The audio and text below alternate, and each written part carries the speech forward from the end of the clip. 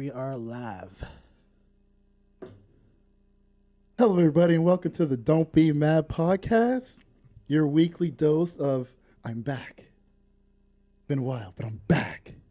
Okay. Feels good to be back. I'm your host, Matthew, a.k.a. Lefty Lucky, and I'm joined here as always with... Jamali. And Jason. And Jamal, we get got off your a phone. Special guest. Yeah, get off your phone, please. Come on, be a professional. Unless you're talking to people in the chat.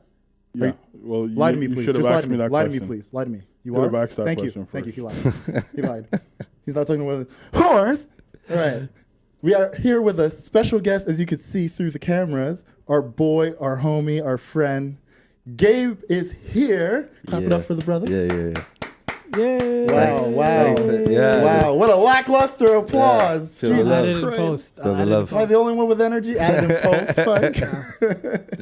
How you doing, my man? Thanks for having me, man. I'm doing great.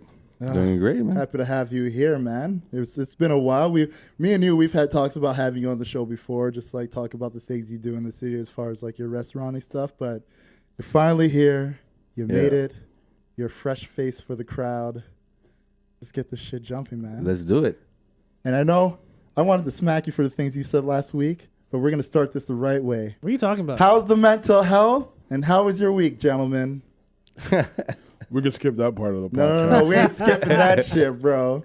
How's the mental health? How have you guys been this week? You start with you.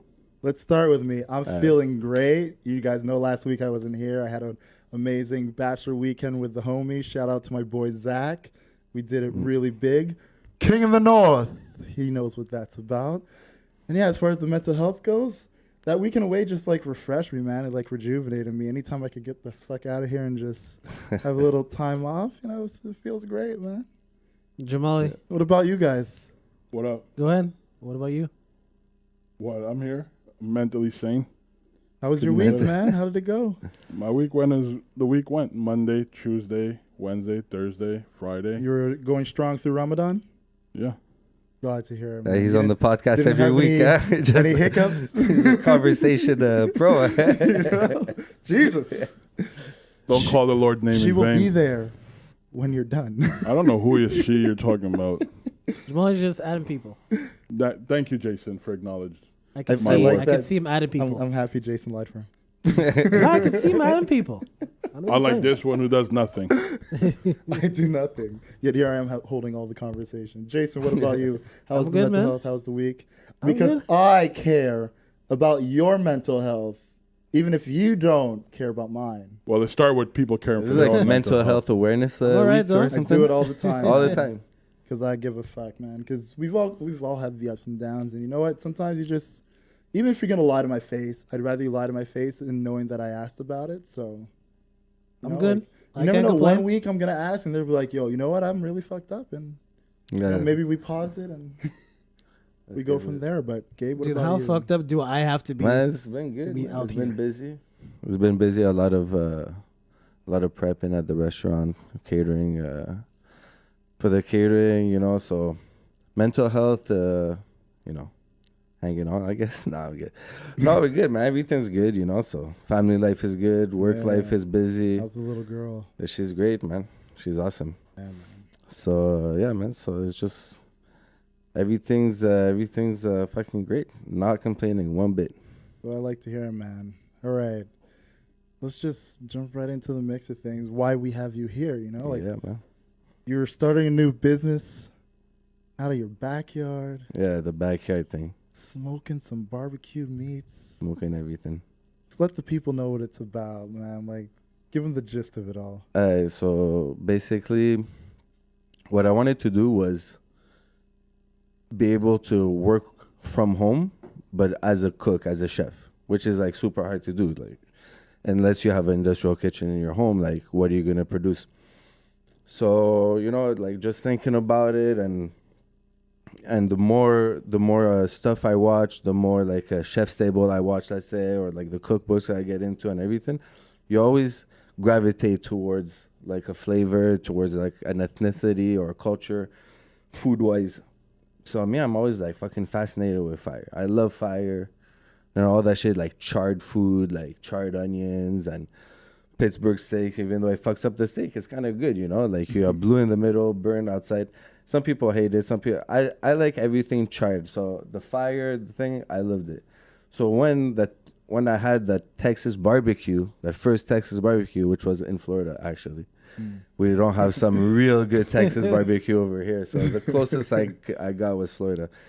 And yeah, man, the short ribs were like undescribably good, the brisket and everything. So since I'm a chef and I love cooking outdoors and all that shit, I was like, yo, I just threw myself in it, got myself a smoker, threw a few tests on, and yeah, man, just try to have like that Texas style barbecue.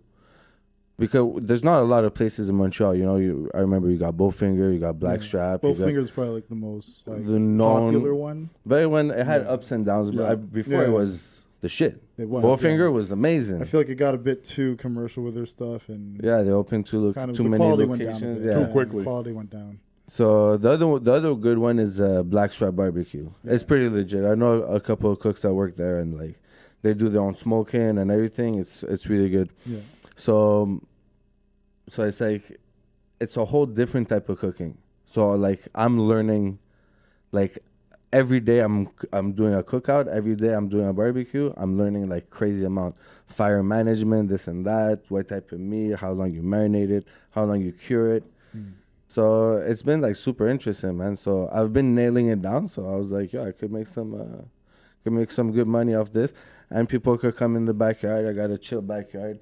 You could come chill, get some barbecue, a few sides, and just chill in the backyard. There's definitely some music playing, a bit of lights, whatever. But you basically come for the food, you know. Just come for the food. You could leave, just grab your fucking 2-3 pounds of brisket for your party. Which I will do. Yeah, you know, like chicken. I'm gonna do short ribs. So it's just like I'm gonna do like lamb legs, lamb shanks.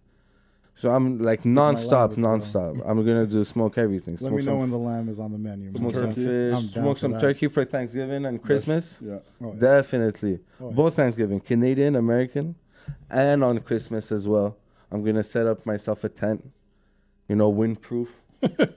Hell yeah, for the winter, man. Yeah, Montreal winters ain't nothing to fuck with. So no, like I'm definitely gonna plan on cooking in the winter. And have that barbecue taste in the winter. That would be like, I think that could be a home run. That could be like cool, you know. So smoked turkeys, homemade smoked turkey, and so a whole bunch smoking fish as well. Gonna smoke some salmon. If I can sell it by the bunch eventually. So baby steps. So right now I'm just taking to the poultry, the meat, and yeah, man. And then work your way to the rest, man. Yeah, man. That sounds fucking amazing, man. Congrats, man. That's hard to do, but if you're dedicated, you can do it. Yeah, man. It's actually much more difficult than I thought. You know, I thought you would get like your smoker, you get your fire, you get everything you need in line, and then you just start your fire and just make sure it doesn't go up too much and go down too much, anything. But there's so many more elements that takes into factor that every cookout is different. Yeah. So every time you go to the weather as well and like things of that nature, or like what the temperature is outside, like if it's cold out or if it's hot out, like all humid that stuff. Yeah, humid as well. I always put like a pot of water inside the smoker to keep everything from drying. Right. Yeah. So like sometimes I wouldn't even need that if it's really humid out. Yeah. It would be like too much. Yeah. You know what I mean? Just sweat it out. So what type of smoke comes out, you could tell a lot by your smoke. You know, the temperature, you have so many probes on the meats and you check this, check that. It's like, it's a whole different type of cooking than just barbecue, like grilling. Yeah. Or like stovetop and everything, you know, or braising and everything. It's like, it's crazy. It's like, it's really kind of an art form, the hobby, like to the extreme. And I got on Reddit just to inform myself for the smoking stuff. And it's the barbecue community in the States is for sure, it's large. Reddit is such an amazing place to just find any piece of information you need. Yeah. Just tell anyone in the States you're gonna smoke some ribs, they'll be there in a minute. Oh yeah, dude, they'll give you like a whole list of things that they learned from day one till where they are right now, just to like give you a head start in a sense, man. especially in like the Reddit community. Like I just find that those subreddits, they're so good at just like giving you the little tidbits here and there to for help sure. your journey along the way. For sure.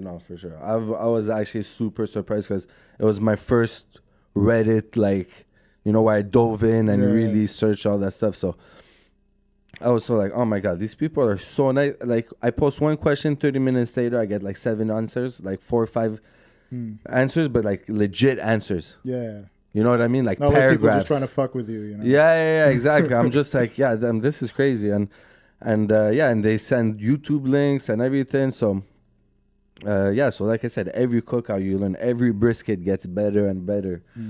So yeah, man, that's my goal. I just want to be like steady. Like whenever I post something about I'm going to do a cookout in the morning, because I start the cookout like at 5 a.m. Yeah. Because they're 12-hour cookouts, 15-hour cookouts. So for them to be ready in time, I have to start super early.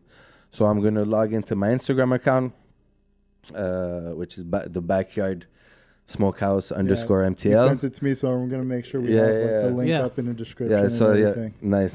So I'm going to just keep people informed when I'll be doing the cookout so they could put in their order before. Either come to my backyard when it's ready. I'll post like the ready time. So it'll fluctuate because you have to respect the meat.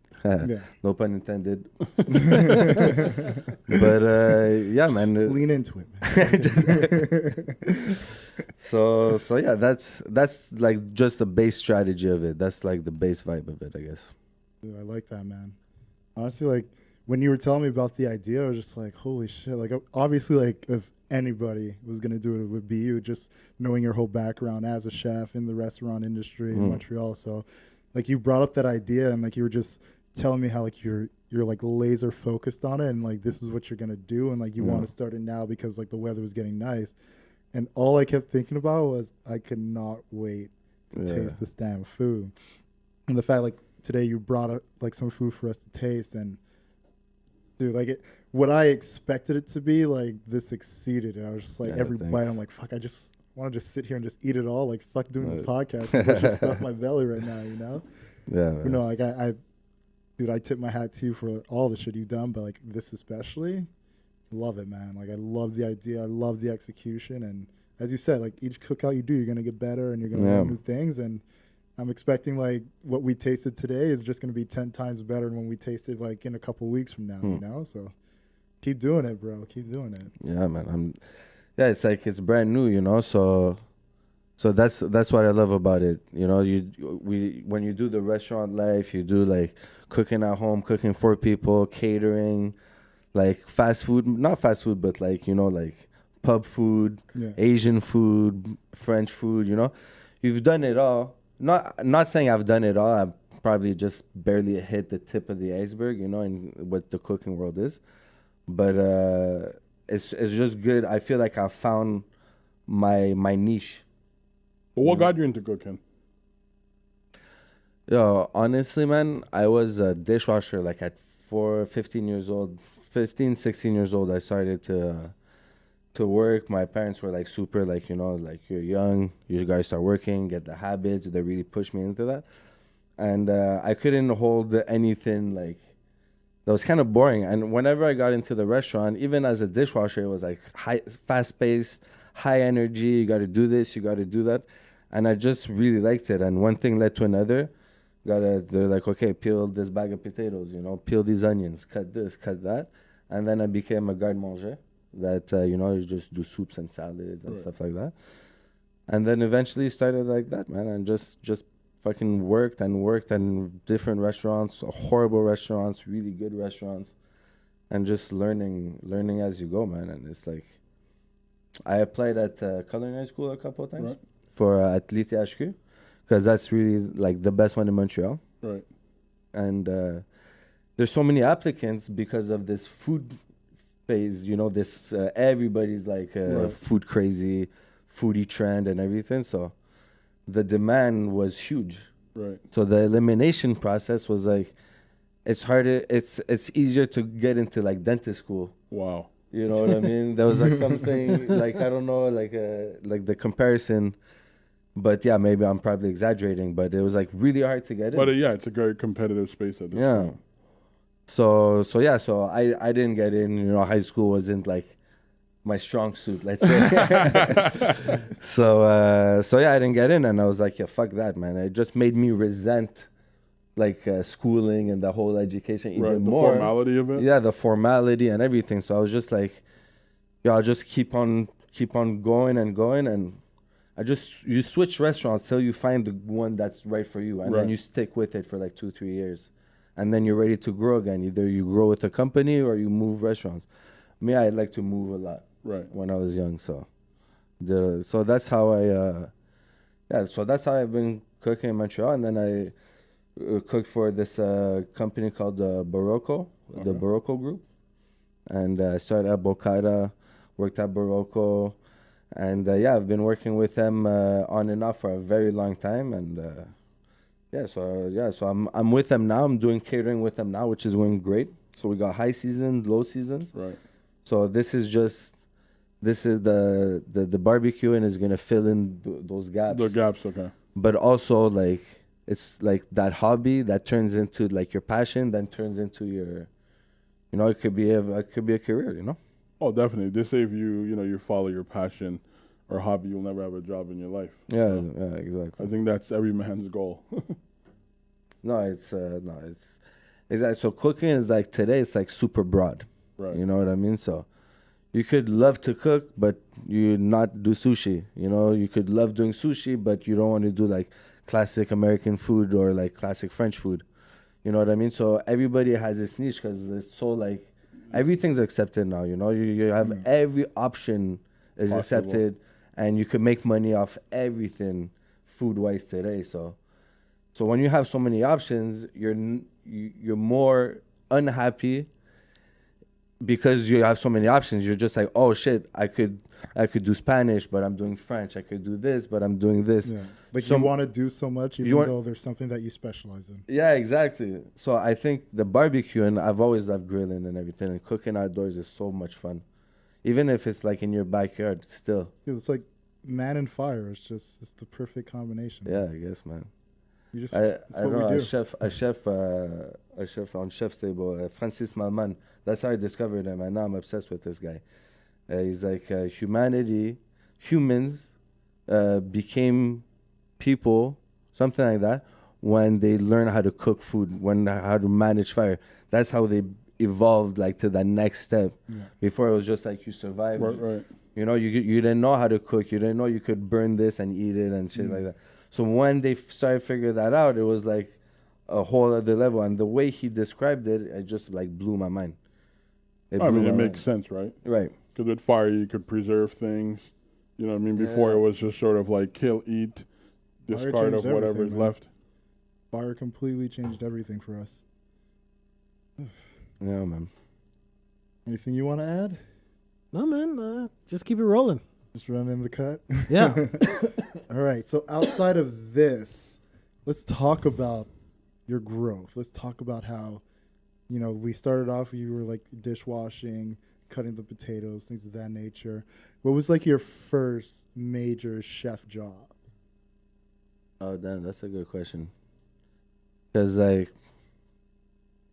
yeah, man, I did a lot of shitty restaurants from like Hey, from like 16 to full like disclosure, you could say their names. Who No, gives a fuck? that's not the point. no, but I'll say one because I'm pretty sure it's totally closed down, and also like I don't want people to go spending their money in like shitty restaurants. So I am fully on blasting. I don't think it's hate when you put a restaurant on blast. You know what I mean? It's It's Yelp. never hate when you speak the truth. It's so. Yelp. You know what I mean? Yeah. Consider Yeah. this Yelp. Yeah, Yelp. You could go on Yelp and everything, but even just like in the restaurant community, you could be like, oh, that yeah, it's just sorry, what was I saying?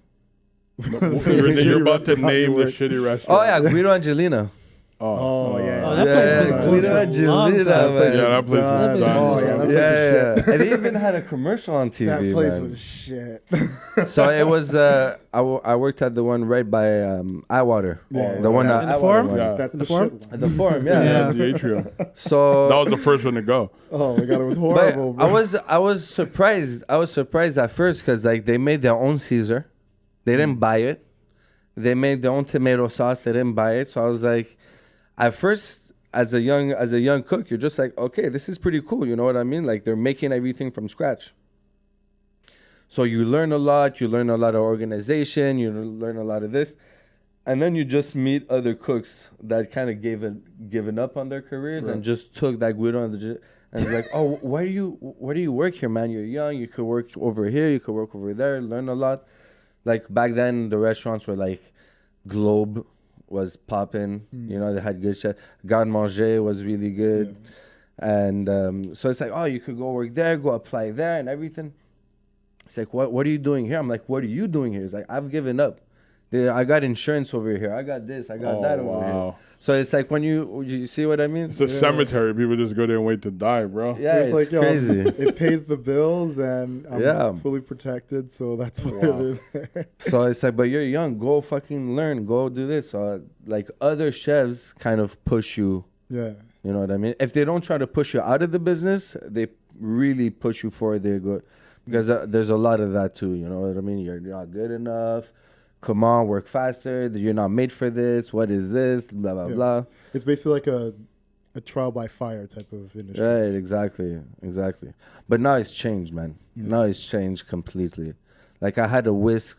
Like if you don't do a sauce properly, the French chef would take the risk. Like in the movies, like on Hell's Kitchen. Hell's Kitchen. Like come and like whip you in the back of the head with a whisk. Like. You answer back and then you get fired. You're just like, okay, well, I don't want to work in this type of environment. Yeah. Right. But that was common. Yeah. You know what I mean? That was common. So now it's not like that anymore. And it's been like, it's too easy on the newbies. PC now. It's too PC. It's too PC, man. Quality's going down. But do you think that's a bad thing, though? I do, actually, because it's like there's a healthy middle. It was to one extreme, with the classic French chefs and everything. Now it's going to the other extreme.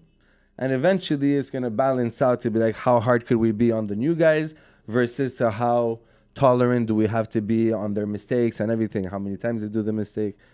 So, and you get so many people coming straight out of culinary school.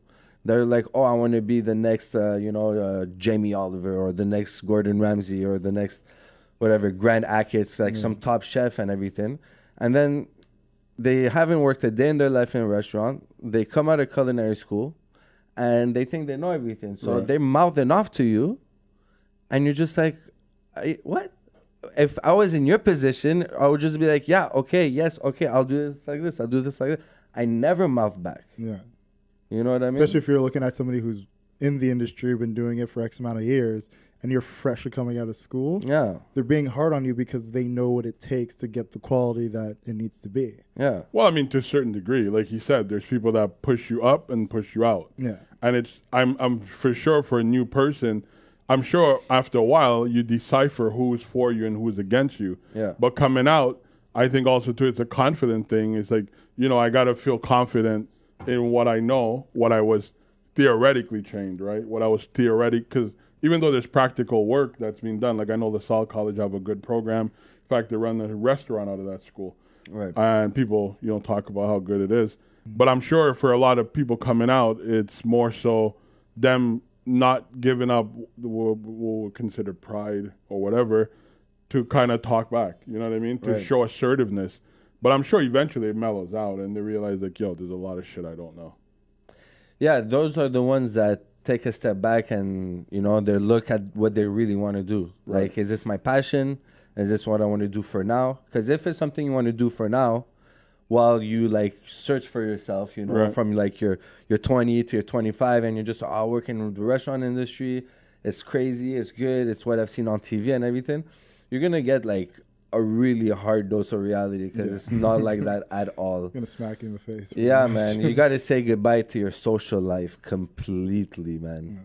I think for a job like that, you have to be willing to do anything someone asks you to do. Yeah. So you start a new job. I think it's like any job. You start a new job, you have to get into it. You have no experience. You have the theory experience, but you don't have the hands-on experience. So you essentially, these people who've been there longer than you, just because you're coming from a school doesn't mean that you know everything. Right. It's the people who are actually making the food, have the hands-on experience, been doing it for years. They have probably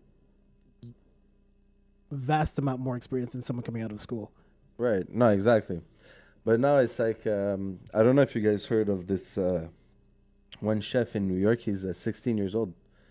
I think he's 6. Well, now he's probably like 18 or 19 because it's been a couple of years. I heard about this story. Mm-hmm. But he's known 16-year-old chef to have pop-ups in New York for like $120 a head, 6-course, 7-course, whatever, tasting menu. Yeah.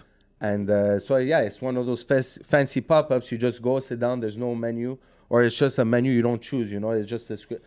And you have the wine pairing. You have this and that. The dude is 16 years old, and you're charging like 120, no wine pairing, out of like it's crazy. It's crazy to me. You know what I mean? You can get away with it though in New York, though. That's the thing.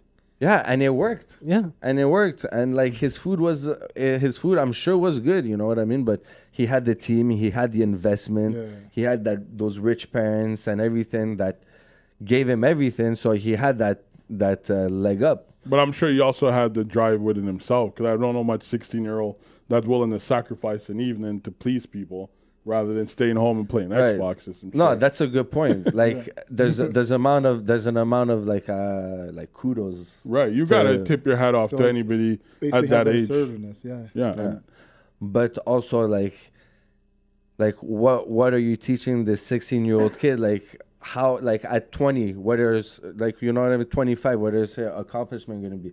Usually like a chef, to get to that level, has to go years and years and years to get that respect from people, to be like, oh, okay, I'm going to pay $120 just for the food. And I'm not going to pick. He's going to pick. He's going to create this experience for me. And I just have to trust this chef. Right. So now you kind of take away the credibility from all those years of experience by just going and to this like 16-year-old guy, because it's a trend. It's a foodie trend. Right, but it's also an outlier situation where I don't think most, even if you want to cook at 16, I don't think you're probably capable. I'm sure you probably was cooking. Because I look at MasterChef Junior, I'm not going to lie. Yeah, they're that 8 years old kids be blowing my mind away. Yeah. They're really good. I know adults who can't cook as good as they can. I know cooks in the kitchen that don't pull off. Dude, I've been watching that show. I'm like cheering for them like it's a sports event, man. Like, it's crazy. So damn good, man. And I get emotional when I watch that show. Like I feel like a parent. Like when they start like trying, like no, keep it in. What, didn't they have a blind girl one time? I don't know if it was Junior, but no, they did. Christine, the Chinese girl, she won MasterChef. But not Junior. She wasn't a kid. I think she was a grown woman and she was chef, blind. Because that's her taste buds. Oh, for sure. My, like the best. But they also had a vegetarian chef that won, and she won like cooking like meat dishes. This Indian girl. Really? Yeah, it was pretty dope. Yeah, I remember her. It's pretty. Like I watch all the Hell's Kitchen. I watch MasterChef. Yeah, I'm still gonna root for the blind girl over the vegetarian girl. Come on. Like, oh no, you gotta cook with me. Oh man, that's so like, difficult she can't for see you. If she's grabbing an onion right now or a hot pot. Nah, but Christine was really talented. I think again, she's an outlier. You know what I mean? Most blind people will never. They feel like incapacitated by their illness or whatever. She does have that advantage of like all but that's turning your disadvantage into like a massive. You turn tragedy into triumph, and that's essentially what it is. That's crazy. Her palate must be like crazy on point. Insane, man. Yeah, man. Yeah. But yeah, man, MasterChef Junior. I've never gotten into it, but now that's a dope show, bro. But it's like it's emotional. More dedicated to MasterChef Junior than like any of the other ones. Yeah, you root for kids. That's the thing, like any of the shows where like the kids are there. I'm like, yo, man, like they're young. They're like always between the ages of like 8 to like 15. Even there was a 7-year-old one. Yeah, they're young, but they're just so damn talented. What's crazy? Whenever I watch those shows, I rarely watch those competition shows because I don't like culinary competition. I think they're like, but for MasterChef, I get it because it's like they're home cooks and everything, so it's on a different level. But those for the adult ones, the ones I've seen, I found myself always rooting for one to get eliminated 1 or 2, I'm like, oh yeah, this motherfucker gotta get out. It's like, but I feel you're arrogant as fuck. Yeah. But I feel for the junior, it's the opposite. You're just like, oh, I hope they get it. I hope they stay in. I hope this. But you actually see a different quality of judging too, right? Because I think that's the only side of any show I've watched at Gordon Ramsay. I think that's the only one I've ever seen him speak diligently. Like, he would literally comfort a crying kid. Like, and normally he would literally shit on you until you cry. But that's I don't know if you guys seen his old shows called The Boiling Point. Yeah, I've seen. You've seen those. So he used to be like, but honestly, I feel like today Gordon Ramsay is like the best restaurateur. Like he's for sure, buddy. He's like and his other shows like the F Word and everything. Yeah. He has such a way of like just perfectly describing how to do, what to do, when to do it, and what you're looking for in such a precise amount of time. And he's on another level. The Gordon Ramsay, a lot of people shit on Gordon Ramsay for, like Hell's Kitchen character and everything, but honestly, he's one of the best. He's crazy. He's crazy. I agree with you, man. Like, he'll just like, especially when he has like his demonstrations and he just shows you like one of my favorite shows of his was the one where he's just like in his own kitchen at home with his family cooking meals. Yeah. And the Christmas special. You ever seen that one? Yeah. There's a bunch of them. I don't know if they still. No, they still make them. Yeah. No, well, they used to have them on Netflix. I don't know. If they're on YouTube. Free over there. There you go. They're on now. Netflix. It used to be. I don't know if it still is, but I remember like I watched like a couple seasons of it on Netflix, and like just watching the meals he would cook at home. And just like they were always like these 15-minute meals you could do, but if I'm doing it, it's not 15 fucking minutes. Yeah, they make it. He makes it look coming really out there, easy. like sharpening the knife and doing all these perfect cuts. Like I'm not doing that shit. It's gonna take me some time. But I mean, I think it's necessary. I like the fact that he also incorporates his kids a lot. Yeah, and even I think Talia, his oldest daughter, is now a chef. Oh yeah. Yeah, she's been chefing it up now too. Oh, that's cool, man. Right. Yeah, no, dude, he's just amazing, man. I like Gordon Ramsay. Yeah, I wouldn't want my kid to say what. I don't really watch any of my shows. No, nah, it's not my thing. No food shows in general.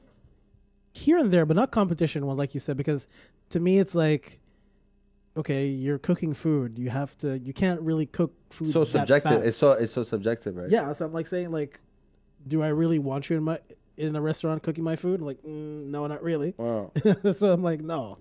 But the thing about Gordon Ramsay, and I find like a lot, not just his competition, I feel like he gives honest feedback and he roots for everybody. Like one thing I can say, I don't think he's biased, because I've seen him like really root for people and like really look disappointed when obviously like a Hell's Kitchen type of concept where they get voted off, and like he's like, I'm sorry, but you got to go.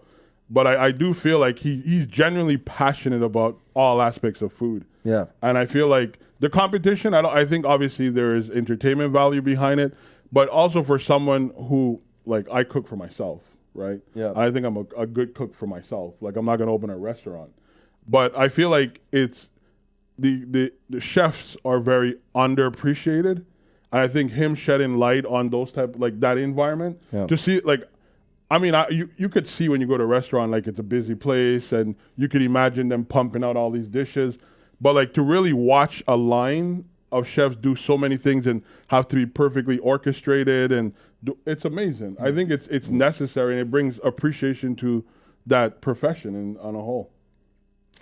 Yeah, no, it's definitely when you get into the rhythm, it's like a whole nother thing, you know. When you get into the weeds or the juice or whatever you want to call it, it's like you zone in, you know what I mean? And you hear the chef or you hear the caller and everything, and like when you have a really good service, you know what I mean, a really good night, and you had like a 30-seater restaurant and you did like 90 people, like 110 people, you turned it over like 3-4 times and everything went smoothly because everybody communicated, you listened to the chef, you answered, you did this, you did that. Like you leave on a high, man. Yeah. You know what I mean? Sure. Because it's kind of emotional, you know what I mean? You're every dish you kind of taste, you retaste and everything.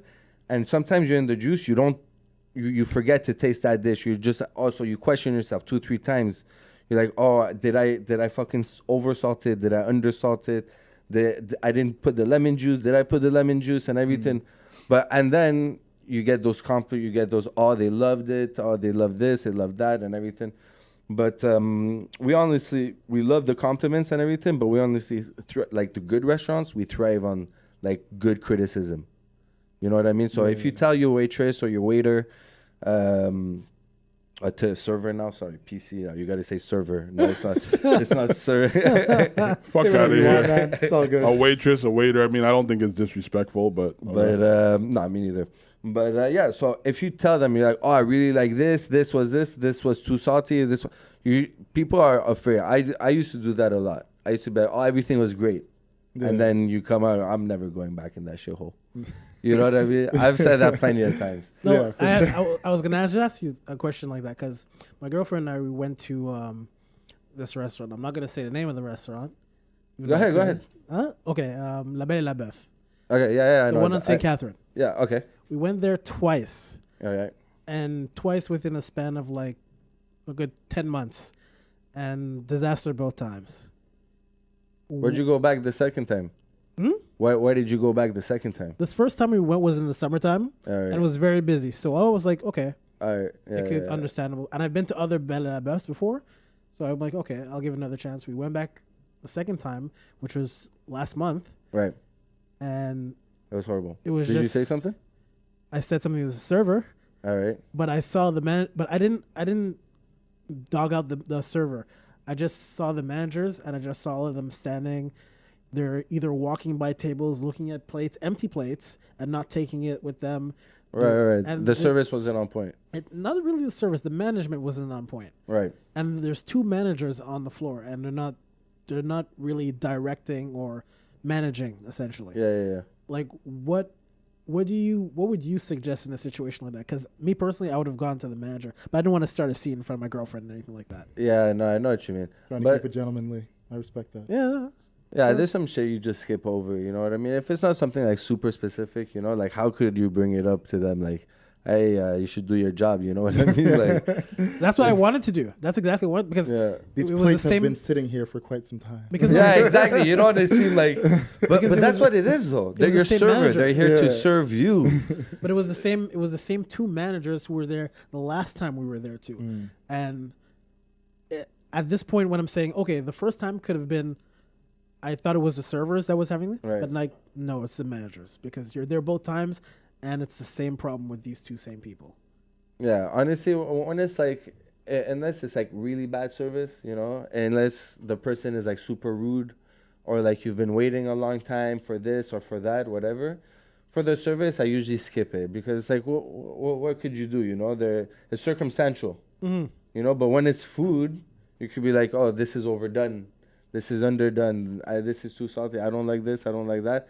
But you know, there's a way to say it. But you shouldn't be, honestly, like you shouldn't be afraid of like sending your food back if you're not happy with it. You know what I mean? Yeah. Like we got, we like it. It's just we didn't think this is what it was or whatever. And people just like, that's why they don't go to restaurants too much, or because, you know. But the whole like food trend really kind of gives that fucking industry a good boost. But most people are afraid to send their food back. Because they'll be like, yo, I don't know what it's coming back with. You know what I mean? That's another fear that a lot of people have. It's so like, a lot of people have that fear of like, if I complain, I might be eating saliva, or somebody might have a field in my food. Like, I mean, like, I think it's ignorant. I don't think fuck around with in a fast food joint. You know what I mean? But that's you don't know who's working back there. But like at a legit restaurant, I'm like, I would say you could trust them. Honestly, like. Yeah, because I mean, like, if I ask for medium rare, I get well done. But like, you see the cooking on the steak, that's like the most common. Yeah. You know what I mean? But we have this dish. I used to work at Bocata. We had this dish called squid ink risotto. So it's kind of like a paella, whatever. And instead of using saffron, we use squid ink. So it's kind of like a play on the paella with the squid ink and everything. So people went, and it's black. It's black. So people, when they get it at first, this was like years ago. They're like, oh, they weren't down at first. You know what I mean? Like, no, we didn't think it was gonna be like this. And some end up eating it, they love it, and some can get over the visual aspect, which is like black risotto. You know what I mean? So They send it back, or they don't touch it. They just put it on the side. Is everything fine? Oh, yeah, everything's fine. You know, it's a really good restaurant, a really good service that really cares about their customers. If you don't touch your food, you don't want it to go, and they comp it. They don't charge you for it. That's, you go back to that restaurant. You know, you know you're going to get treated well. You know, and it's happened before to me. It's happened, you know. I didn't want to say anything. I didn't really like the dish. They didn't charge it. You know what I mean? So that's, there's like little details like that. You know, it's a little gesture for them, but for you, it's like, oh shit. You know, they paid attention to this. Odds are you're gonna go back to that restaurant. Yeah. You know what I mean? Because the vibe is good. You know, they're not trying to screw you over by selling you big bottles of wine. They care about the customer service as well. Exactly. And it's a hospitality business. Yeah. People tend to forget that because it's like the fast food chains like Belle et la Boeuf. And other, you know, it's like they're kind of chain run restaurants in Quebec, so it's not like massively huge or anything. But I feel like for like the chain restaurants, they're like good or bad reviews, unless it's like a hill of like bad reviews, it won't really hurt them because the turnover for places like that, especially within all the restaurants, pretty much just saves them any type of worry. But if it's like a specific like restaurant where it's like it's only one of them, then their customer service, their word of mouth getting spread, like it means that much more to them because they know it's like what they provide their customers is what no one else is providing. So they have to make sure that everybody that walks in and out of there gets something that they can walk away positively with, you know? Right. And it's possible. Like, have you been to Campai Garden on St. Catherine? I've been before. I haven't eaten. Like, I've gone to, like, kind of party pretty much. So, yeah, I've been a couple of times just for that. Yeah. There's always a line there. Yeah, there's always a line. But I go early because I went in the beginning. It's nothing special. You see, when I went, I kind of enjoyed it. It wasn't packed at all. All right, so when I ordered the food and everything, I was like, this is not, like, the best food, but it was, like, tasty. It was good. It was like rightly priced, you know. That actually influenced your taste. Oh, absolutely. Yeah. You know what I mean? Oh, absolutely. Yeah, the more I spend on something, the better it tastes good. Yeah, that's not necessarily true though, but that's what the hope is. Like, that's what the hope is. Yeah, you're right. Yeah, no, it's not necessarily true. You're right. Yeah, because for me, a burger at Five Guys Burgers and Fries tastes 100 times better than La Belle et la Boeuf. Anything that La Belle et la Boeuf has, and I don't understand why. Well, I mean, I think your experiences too would definitely. But even before the 2 times I went to La Belle et la Boeuf before, and okay, I thought those were your two. No, only I've been times. there before. I've been there a couple times before. Okay. And you liked it before, and those last 2 times ruined it for you. That's correct. It was just that specific location. It's that specific. Yeah, I've been mostly to the one in Laval. Right. And but I'm like, but even the burgers in Laval, they still don't taste as good as what you have at Five Guys, which costing you, it's a little bit more, but it's not like a higher end chain like La Belle et la Boeuf. It's a fast food takeout place. No, but you see, there's some stuff I would never order. I rarely would order in a restaurant. Rarely. That's mac and cheese. Because, honestly, not happening. Never. That's not happening. You make the best mac and cheese, you make it at home. Yeah. I don't care what type of mac and cheese you like. Man. What? I'm West Indian. Not happening.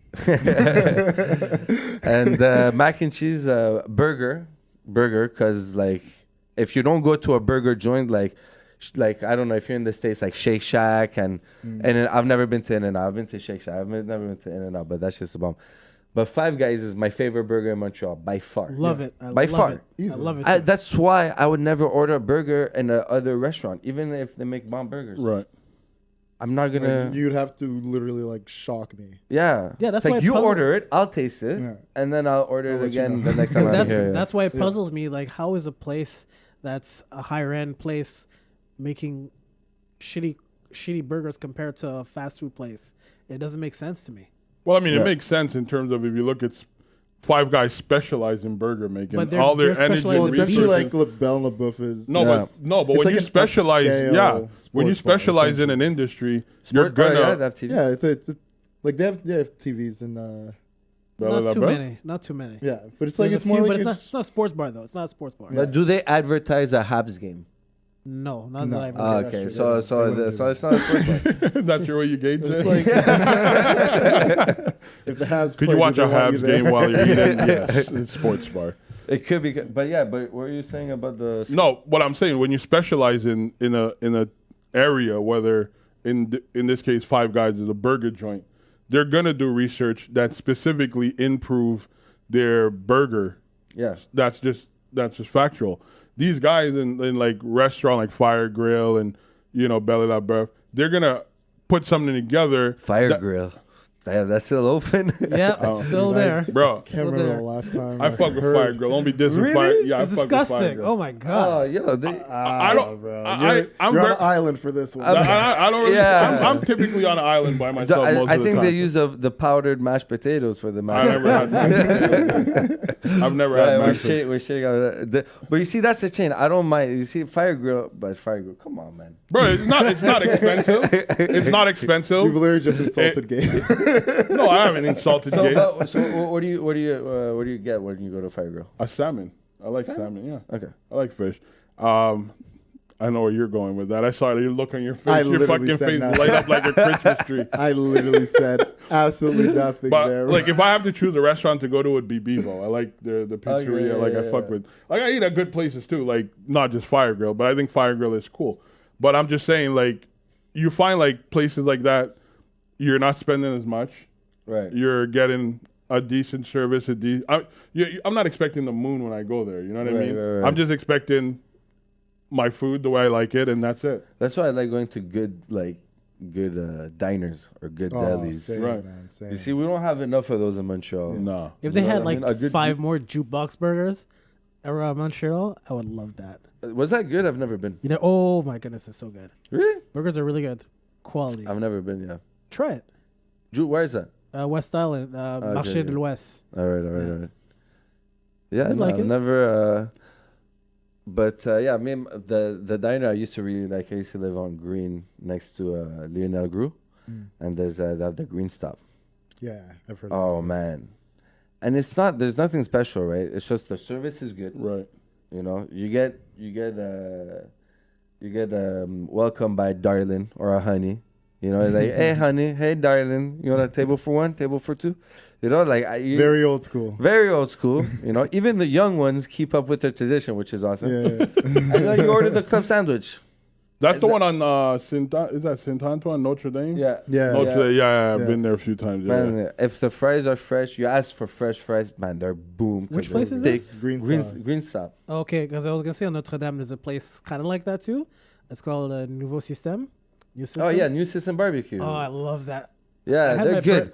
But if you like fucking cinnamon in your poutine sauce, fuck. I've never. I never. They gotten got that me, before. dog. Yo, they had me one night. I was like, what the fuck is this? Everything is good, but why do they put cinnamon? This nutmeg? What am I fucking never eating gotten that poutine before. cake? Yeah, definitely.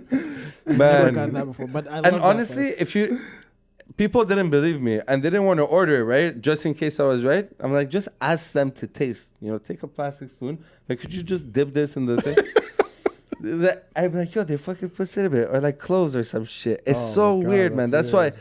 But New System, but they have not to shit on them because I used to like eat there a lot. They're open till 2 a.m. So it's like, yo, Oh, yeah. it's legit. But yeah, all the fucking steamies, the burgers, you know, all that shit's good. The Yeah. fries are really good too. Oh, they're great. But I just don't fuck with that poutine sauce. Even La Fleur has that poutine sauce Yeah. with the cinnamon and shit inside. It's too sweet. Fuck, I don't get it. I don't get it. Oh man. Yeah, it's fucking whack. Yeah. Yeah. It's got to be savory, man. I don't want Yeah, a sweet man. sauce, man. I want a nice salty, like, regret it after I've eaten it, Yes. but enjoy it the whole way Yes, through. type of dehydrated. Yeah. fucking- Yeah. You gotta drink a whole glass of water. Right Yeah, after yeah, that. yeah, yeah. Be pissed off that they gave you that small cup of fucking Coke or It's crazy Pepsi, how bro. poutine though it like really took off in the States, huh? Yeah. That with the hipsters. Yeah. Bro, I even watch this They try to vegan. reinvent it in all these fucking ways. hipsters. I Dude, when I watch saw them this. putting like green onion on it, I was like, "What are you guys doing?" Oh, man. just keep it No, simple. but it still tastes okay. The Just green keep onion it- doesn't. That's what Sports Station does now. Yeah, They Oh, put green yeah? onion on their poutine. but I watched this vegan chef in I the don't know. UK, There's a bar I and he really did like that a does Montreal that, but take on I'm like not a gonna name vegan him, 'cause I poutine. really like him. Oh yeah. Yeah, it was pretty. I was shocked because I've been He watching. for him. sure used like a mushroom stock gravy or some shit like that. It was. Yeah, I knew it. I knew it. Yeah. It was, but it looked pretty decent. And good old-fashioned beef stock. I've used his cookbook. He cooks very well. He puts good recipes together. Who's this? Gaz Oakley. Okay. Avant-Garde Vegan. That's his YouTube channel. Pretty dope. And I was shocked. I was like, yo, Montreal. It's like, you were here and I didn't even know. I felt, you know what I mean? Yeah. But he was like, yeah, I went there. I never had a poutine, but I saw like the way like people, you know, talked about it, that he went back to England and literally researched enough to put it together. It was very, I mean, it's vegan, right? There's no cheese and all that, but he did a good job. It looks good. No, yeah, I love poutine. I could get sick of it once in a while. Because you have too much. Yeah, But nothing's worse than a so bad good, poutine. No, Because like poutine standards are so like bro. basic Yeah. that if it doesn't just qualify in that like, area, then it's just like all ruined. about. First off, you gotta have the cheese curds. Oh, definitely. the squeaky. It's got to squeak. Yeah, like it's got to have a squeak. little- Gotta squeak. Like if the cheese doesn't squeak, it's already not a poutine. What do you feel about gratiné poutines? When you order a poutine and it comes gratiné, you know when they put it in the oven? Yeah, I hate that Yeah, shit. yeah. Like, what the fuck did you do to this? Yeah. No, Some people do that. Some restaurants do Let that. the cheese melt under the sauce. Well, you know what? that In shit high school, happen. we had this place called Billy G's. Billy across- G's, baby. Oh Yeah. yeah, Billy G's, yeah, And, for sure. um, But I don't. Yeah, my friends, they love Billy G. Yo, Billy G's Pablo, is huh? a staple to our high school, bro. No, because we all went to the same high school, like Pablo and those people. Yeah, they love there. it. We went there all the time. Yeah. Every time lunch for like the Yo, 5 years we were $3.50 there. would get It's you a good. burger and a poutine back in Yeah. those days, bro. And the thing is, that was the $5 shit. used to get you a lot. Like when we were in high school, man. Yeah. For lunch. Like come on. But Billy man. G was so busy, sometimes he'd give you a free poutine, they didn't even notice. oh yeah, they give us free things. How could you go But bad the on thing that? is, their cheese was the same poutine cheese. However, it was stringy. So instead of being like the curds, it'd be Yeah. stringy, but it would taste just as good as Nah, as the Billy, curds. Billy. I Shout out loved to it. Billy, man. Love it. Thanks for Yeah. them free poutines. Like I and respect burgers. the loyalty and the fan base they got, you know, because that's as a food like a little hole in the wall type of food, because that's what Billy G's Yeah, is, yeah. like a hole in the wall. To build that like loyalty customers and everything, you done something right. Yeah, exactly. But for somebody to go into that like years later, and people overhyped it for me. It's like, oh, it's the best burgers, it's the best poutine and everything. I mean, I'm just like, yeah, it's good.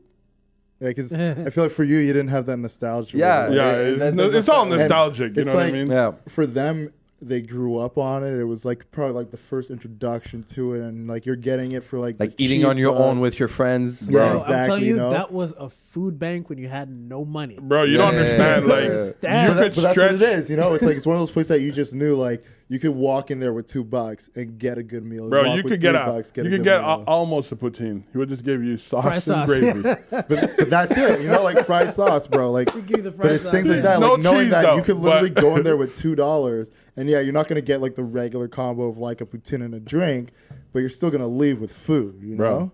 But it was food that hit the spot. I don't know why. Yeah. But like even as a grown man now, like I pass by every so often, like once, twice a year, and just Yeah. get a double cheese, you know? Oh, because like we had a spot like that near Westmount. It's like the depth that was there. It's closed now, unfortunately. But Billy G's is still open. We no, doing this something place right. like it was it's in Westmount, and essentially what happened, like the renter priced them out. It was done on purpose. Like we know the fucking deal. But like that was one of those places too, where like you go in and like $3 something, you get a poutine and a canned drink, and you were set. But like they also had like, because it was a Chinese family that did it, so you get like General Tao added on top of your poutine if you want to get fancy. Oh with yeah, it. that's wow. next Yeah. level. Yeah, like all That's that before shit, the like, trend. It Yeah. was fucking like next level shit. So we're just like, yeah, like if you have like the extra cash on you, you're like, yeah, add some like General Tao. You know, like chicken on that's top a of the Friday meal. poutine. You know, your mom gives you Bro, an extra exactly, $5. you know? Like every day you come with the $5 because like the in-school meal, like it was like $3 something or $4 something. Bro, I but never at ate the at depth, school, it was bro. still like less than $5 to get like Yeah. your poutine and your food. So we would do that all the time, man. It was just one of those like kind of like Billie Jean's where you just had like a nice staple place you could go get your food. And But it was also like a hub. I feel straight. like back in those days, it's like, you know, like we had like two directions when we left school. If you continued north, you go into Billy. If you turn left, you go into Pizza Express and Layla. Like down on Pizza Walkley. Express is so bad though. Yo, it Just was go to terrible. fucking Pizza Willa. Yeah, but That's it was a bit better though. Yeah, but it was a bit too far. You know, like back in those days, it was just a direct. You get the 51, you're gonna get down there real quick. And people like honestly, like I mean, a shout out to those businesses because we did some fucked up things, but those are places that was always busy. People are gonna try to rob a pizza or grab a slice, didn't pay for it, and these people were so busy, like they would just have it, let it go. Is and it still there, Pizza Express? Yeah, it's still there. Layla is still there. People used to go to Layla and stuff juice sip sacks in their jackets. You know what I mean? Like, imagine you have. Imagine if you get like a pizza restaurant that just opens right in front of Pizza Express, but it's legit pizza. You know what I mean? Not in the hood. It's not in the hood. You could gentrify. You could gentrify Walkley. Not Walkley. You could gentrify Walkley. How? Eventually, they're doing it with what's it called? Point Saint Charles. Yeah. And but that's a different that's story. worse. Point Saint Charles, Saint Point's Henry, way all worse. of that. Yeah. No, but that's a different stuff because I think think also too you with the mixture of Griffintown being so close and that's all those. But Yeah. I think Griffintown is. You have Monkland area. That's going to bleed out eventually. I don't care what you say. All it takes is one or two investors to come in and just spend Yo. their You make millions, Summerlet. and You it make changes Summerlet. You everything. put like 2 really good stores on Summerlet and 2 really good restaurants on Summerlet, and that's just turning over within like 5-6 years. Bro. Yeah. That's the way that Walkley would works. always be Walkley. Nah. There's no hope. Never my say God. never, bro.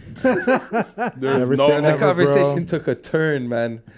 Walkley will always be Walkley, brother. I mean, it sounds good and it'll be beautiful to see, but it's Walkley, bro.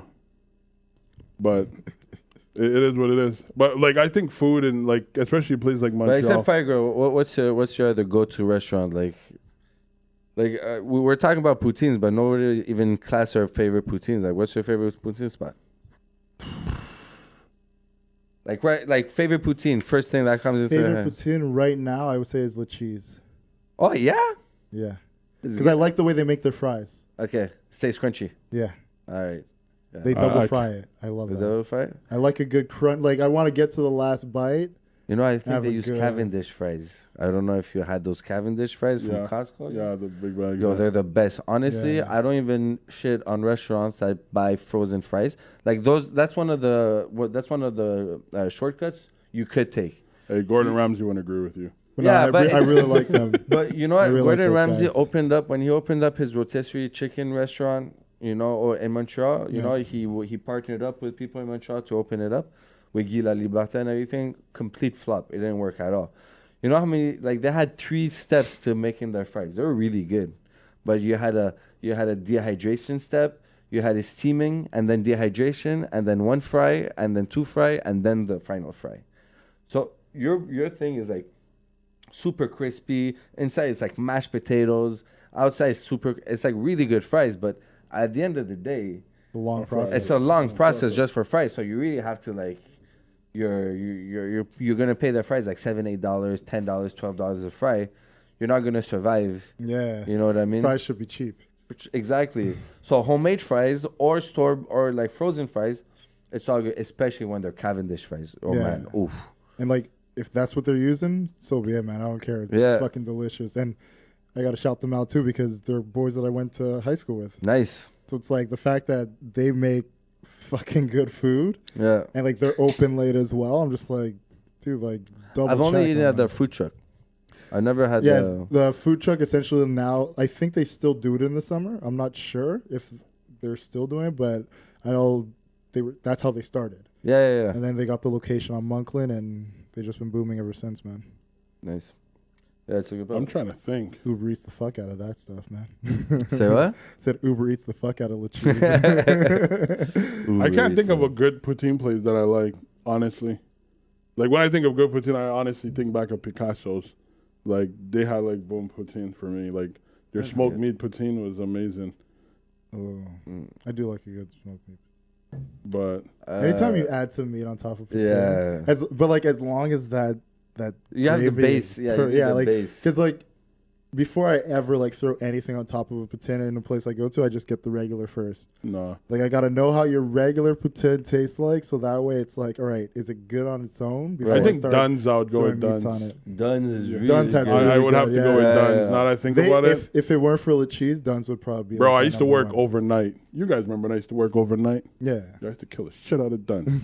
It was terrible. Fucking lit. Because I used to work literally right next to the one downtown overnight. Oh man, dude, a smoked meat the sandwich one downtown and a side is really of good, poutine, bro. Because the one on the carry is different. It's a bit, it's very different. Yeah. Plus, they're a bit newer too. The one downtown has is been like there it's forever. pretty much like, bro. I got stories like from my uncle and my parents and shit. Like they used to go to Dunn's at that spot. It didn't move. You know, they would have a spaghetti smoked meat or a poutine smoked meat. It's just at Dunn's, everything is smoked meat. So yeah, that's a staple. That's honestly an underrated Montreal staple. Yeah. Famous underappreciated, definitely. Orange julep. The sauce is super orange. I don't even know what the fuck they put in that sauce. It's very spicy. Yeah, it they tastes spice like it up, a taste, a bitterish kind of taste. Really? They spice it up. To it. I don't know what it is. I don't remember liking it. I don't remember the taste, but I don't remember liking it. It's okay, but it's nothing. It's like it's one of those spots where you're like, yo, I haven't been there in a while. Never had it. So then I'll go. Yeah. Just to like get that old feel. Yeah, I just remember being at orange, but yeah, that's you're just hitting on nostalgia points again. Yeah. Like. No, but I already said what my favorite one is, so now I could just talk about fucking poutines.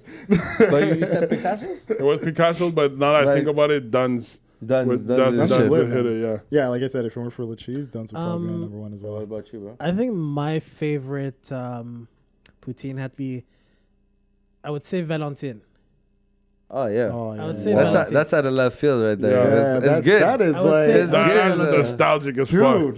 And I would put it. I would say because we went to Dawson and we had it all the time in the food court. Yeah, and it was. Is it still there? No. No, was it? No, it wasn't there. It was something else. But not have a Valentine down from the They have one at bank. I know they have one in the There's atrium. one down there now.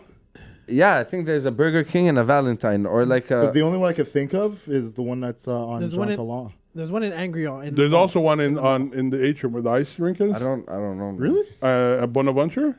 Yeah, there's a Valentine right there. Oh, I'm never in Bonaventure. Yeah. I work down there now, so I know all the food spots.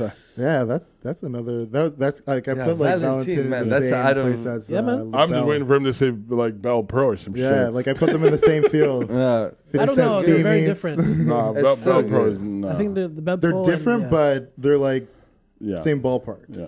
No, but Bell Pro's not in there. I don't know if you remember inside the Scotia Bank they had New York fries. Yeah. Okay, that was one of the best fucking poutines because usually poutines it's like a poutine powder, right? Yeah. And you add it to water and makes a whole shit. But they use actual veal stock. Like it's for sure ordered in from somewhere. They don't make it in the movie theater. They order it in, but it's real veal stock from veal bones that were roasted, that were cooked for like 2-3 days or like 24 hours minimum. And then you reduce it, and that you get your veal stock, you know? And then you could do whatever. They used I'm sure they added a bit of powder. Probably. Just to like stretch it out because you're a chain also as well. Yeah. But legit, and the fries were super skinny. So they stayed crunchy and everything. I really like that one. Yeah, no, I remember back when I was living in the West Island, they had a New York fries in Fairview Mall. That was the spot I would go to. Yeah, that was dope. Yeah, it was pretty fucking New York legit fries is there. really good. But I think but I have to say my favorite poutine. But it's weird because you have to ask for fresh fries. Right? Or else it's just like because they use the old fries for the poutine because they're just gonna put sauce over it. Yeah. So they don't really give a shit, you know what I mean? Oh, these been standing for like 5-10 minutes, it's fine. But if you ask for fresh fries at Green Stop, it's the best poutine. Because they're thick cut, they're fresh, salted, and you have to salt it though. So I know there's a lot of steps. You gotta make it. It sounds like just making regular fries. It sounds like just you're making regular fries is the steps. It's What do you mean? stuff you're supposed to make to make fresh. Yeah, but they gotta be fresh though, out of the fryer. You know, you make a great point because one thing I don't like is like, for example, like McDonald's. Obviously, they're not a barometer to gauge what's good or bad, or well, what's good anyway. is when people use salted fries to make poutine. I hate that. Dude, you always okay. There's a rule because the gravy's already as salty as it gets. Yeah, but still, not really though. Yeah, it is. Okay, no, I need more sodium in my diet. No, but everything, there's a rule in the kitchen that they don't apply in a lot of restaurants, especially fast food. Salt at every step. No, yeah, salt at every step, but it's not that. It's more like for like fast food joints and like greasy spoons and everything. They stopped salting their fries because people say it's too salty. But that's like number one rule for frying. Yeah. You fry something, you take it out, you put it in a bowl with a paper, brown paper, whatever. Parchment paper, if you got it. Salt. Right away, straight out of the fryer. That's like number one thing. Why? Because it keeps it crispy, right? No, it's just a flavor saver, man. Yeah, you need to. It's just a flavor enhancer, and that doesn't really do anything to the texture, though. No. It's not like it dries it out the outside more, you know. Right. It's not like that. It's just like the heat is gonna draw in the salt, you know. The hotter it is, you're gonna have that fucking chemical reaction. So if you wait too long and you salt the fries, it's just you have salt on fries and that's it. You have to salt straight out of the fryer.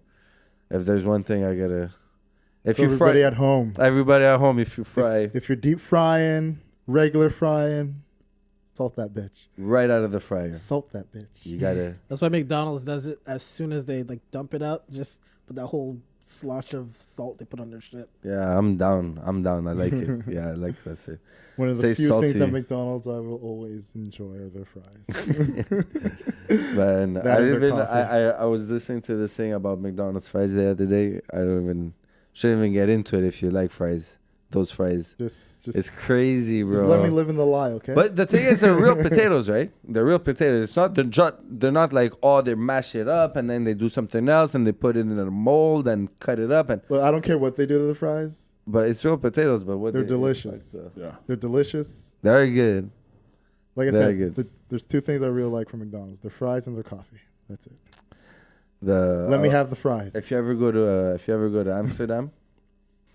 The thing other than weed and hookers to have is fucking fries. Fried potatoes. And they're amazing. Is that the classification now? Weed and hookers? Weed and hookers. Weed and hookers and fries? Well, for Amsterdam, what else? Sounds like a great holy trinity right there. Fries, hookers, and weed. I don't know what trinity y'all talking about. That's a pretty good trinity. If you're 21 and you're traveling the world, you land in Amsterdam. Fucking legal weed, red light district. Hopefully you don't catch shit because you protect. You know you gotta. You're in Amsterdam. That shit's crazy, man. So, but I've been in Amsterdam with my girl though, so it was pretty like PG-13, I would say. You know. And so obviously like a lot of weed. We smoked a lot of coffee shops, and back then weed wasn't legal here, so it was like a thing to do. But I liked it all. I liked the whole vibe and everything. But what was really fucking amazing were those like little spots of like French fries, and in a cone, in a paper cone, and then you had all these dipping sauces, like crazy amounts of different types of mayo, different types of ketchup, spicy ketchup, ultra sweet ketchup. I hate ketchup, so I didn't touch that shit. But like. Yeah, spicy mayo, this mayo, that mayo, curry mayo, whatever you wanted, man. They had like fucking 20 selections. Mayo sounds lit. Curry mayo. Yeah, it was good. I didn't. She took the curry. I think I took the spicy one, the regular one, because the regular you had to go with the regular. But I always think of that Pulp Fiction scene, you know. It's like, you know, this shit, put this shit on Holland, mayonnaise, you know. But yeah, it's fucking so good, man. It's so good. Royale. Remember that scene? Oh yeah, man. So there's one thing you gotta go when you go to Amsterdam, anywhere in Holland, really. You just gotta eat some fucking fried potatoes. I don't know how the fuck they do it, man. You had me at hookers and weed. You don't have to go further. I don't give a fuck about those potatoes. I don't know, man. Fried food from the south. I don't know. I don't know what can beat that. No, I mean, yeah, but you see, if I want like fried like French fries, yeah, I'll go to Holland. because they invented potatoes. No, not potatoes. I think the Irish invented the potato. Well, they had the potato, but it was close enough distance in the south, right? Yeah. You didn't have to travel oceans to get to them. But yeah, I guess like for the south, you wouldn't be able to be a fried chicken. You know, fried chicken. Yeah. I think you could beat out. I think there's places in the world you could beat out. Southern fried hot chicken. Sure. Like I've watched a couple videos from Korea. I'm trying. I would like to try Korean fried chicken is really next level. Yeah, that's what I'm saying. A lot of the things that they do are from the traditions and disciplines of Southern fried chicken. It's a derivative, right? Right, because of the war and the soldiers were over there. I was watching a little bit of history on it. Like it's essentially it's the same way how the Japanese have perfected their whiskeys. It's because they follow the very traditions of like how like the Irish and Scottish like. But I mean, they put their own twist to it too, so it's kind of like it's because of the flavor, the flavor that they have there. But the way it's made, it's very much like the steps. Well, no, I don't think they're heavy breaded like the South, bro. But let me tell you about something about like what you call that colonialism, I guess. Right. That's what it is, right? Yeah. So, banh mi, those sandwiches, those Asian banh mi sandwiches, they're super popular right now. They had their phase, they're kind of fading out, but I still like a really good banh mi. I love that shit. So that was because the French went into Vietnam, right? And Philippines and everything, and the only thing they could bring back with them was mustard, some terrine, pork terrines and everything like that, and baguettes and bread. So when they got to Vietnam and they tried the local food and everything, and they didn't like that shit, they gave all the fucking, because they're coming, they're taking over, right? So they give all the poor people and everything, okay, do this with this, do this with that and everything. And that's how the banh mi was created. There's a lot of food that was created like that. Out of necessity, man. Out of necessity. Like Indian, like you have Indian food and then you have English Indian food. Yeah. Right. You know what I mean? The samosas are different if you go to India or if you go to England. And they're both bomb. Right. You know what I mean? I'm sure. I've never been to either. I know the samosas I've had here. No, but it's obviously like, I mean, you have a level of influence, and after a while, generationally, certain things start to seep in, certain things get taken out, and it just adds a different flavor altogether. So I definitely see how that works. Yeah, man. No, man, it's crazy, man. Every food has such a it's the history behind every type of food, and you could really trace culture like that. You know what I mean? Like in Cuban and American, like the Cuban sandwich. I'm sure you don't have a Cuban sandwich in Cuba. You're a Cubano, like a real Cubano sandwich. You ever had one of those? No. Oh, like I don't eat ham anymore, but like, oh my God. So it's roasted pork. I would never had it. It's roasted pork with ham, and they fry that shit up. Have you seen the movie Chef with Jon Favreau? I can't recall it, no. Right, so he basically is a high profile chef that stops and starts a food truck. He's a mental breakdown, starts a food truck, and he does these Cubano sandwiches. Oh my fucking Lord. They're amazing. So the next time I was in Miami, definitely I had a Cuban sandwich. They're fucking amazing. They looked amazing in the movie. That made me want. And I go to Florida often because my family lives there. So my first stop was like, I'm getting a real Cubano sandwich. Holy shit. It was so fucking good, right? And then you research what's in the Cuban, Wikipedia this, or you fall into this, or this chef does it. Turns out they don't even have the Cuban sandwich in Cuba. Yeah. It's just the name. It's just the name. That's the name.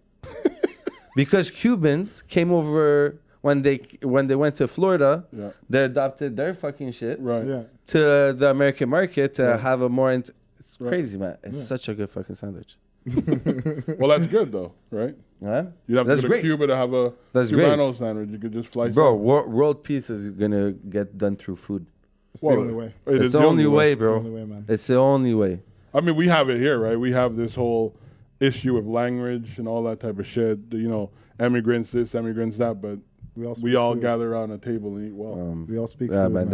Honestly, that's one of the other thing I love about food. Like, I landed in this like career in this business and everything through like just like a passion that was discovered. I didn't have a passion and fell into it. I discovered a passion through working in restaurants. And I'm so happy. I feel like super lucky that at first that I found it early. You know, I found it like 16, 17 years old. To me, it's early to find your passion, and I'm super lucky for that. But also that it's like a passion that could, like, you know, it's so universal. Yeah. You know, you go anywhere, you'll find people obsessed with food, obsessed with flavor and how to cook this, how to cook food that. Food is life. Yeah, man. It's crazy, man. It's crazy. So let me ask you a question. If you had to have one meal, like a last meal? Last meal. Damn. Dude's on death row. What did I do, man? And I'm definitely not living in Canada for what I've done. Yeah. So I'm in California, San Quentin. Yeah. So right. If you were to have one last meal, what meal would that be? Damn, that's a good question. Something man. that would satisfy. I'm not saying you're gonna die, but it's just it's like asking anybody here, what's your favorite song? You know what I mean? It's so difficult to narrow it down. Traveling like a Man pimp, by Mos Def. Like a pimp, David Banner. That's my favorite song. What? Traveling Man by Mos Def. That's your favorite song right now? No. That's your favorite song? Answer. That's fucked up to have like a favorite song though. It's just from the very first time I heard it. Your favorite song. Favorite song. It's a song that no matter when I listen to it, I never feel the same. But I always enjoy it every time. Okay. That's true. It's essentially like it's like a mood stone, like depending on how you look at it or what lights in, like that what that song is for me. Like I can listen to it one day and it will make me break down and cry. Or I can listen to it one day and I will be laughing and just joyous. Like that's what that song does. Yeah, that's crazy. Favorite song's Cameron, Oh Boy. Who, you? Yeah, that's my favorite song. You're weird as fuck. How is that weird? How is that song weird? Yeah, but that's a good question because honestly, like I don't. You see, let's say I could get one specific meal, but it has to be done a specific way, like super specific. Like I could get whatever you want. It's not like like a really good steak or whatever because you want. My mom used to make this. She still makes it, but way more rare now because like family gatherings are like, and so it's called the dafina.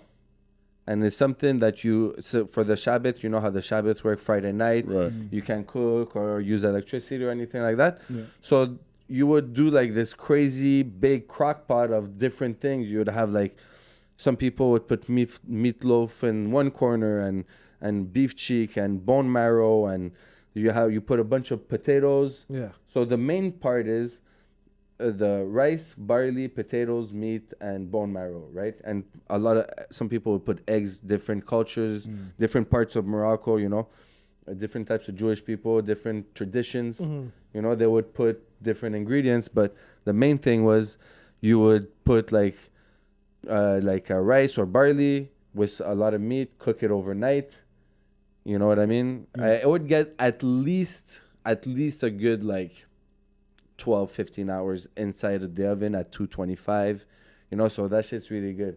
But my mom makes it a special way with a shitload of bone marrow, which is like next level. Beef cheek, she puts the chickpeas, the wheat, the barley, but she sweats the onions before. She puts something sweet in it. I don't know if it's dates or whatever, but I don't ask her. Because like I don't want it to ruin the whole magic behind the fuck. It's like but it's I her know secret recipe. Right, but she put dates. I'm pretty sure it's fucking dates. But I'm gonna get the recipe because I'm gonna make my kids that and everything. But yeah, that would be. And we had it every single Saturday lunch for the Saturday shop. Yeah. So since I could remember, every single Saturday lunch for years and years and years till I was like 14, 15 before I started skipping those family lunches and started making excuses. I'm sleeping here. I'm not going to be here. But yeah, before it was routine every Saturday lunch. And I think I would have that, man. That's nice, man. Dude, that just like reminds me of how like back when I like lived with my grandmother, every Friday was fried chicken and every Sunday was pancakes. That's how it worked. Friday fried chicken, and it was like Caribbean like stew food, all that. With like the fried chicken was like the prize of it all. And Sundays was pancakes. Nice. My grandfather would make the pancakes. Big, circular, fluffy fucking pancakes. Nice. You have to like drench it in syrup.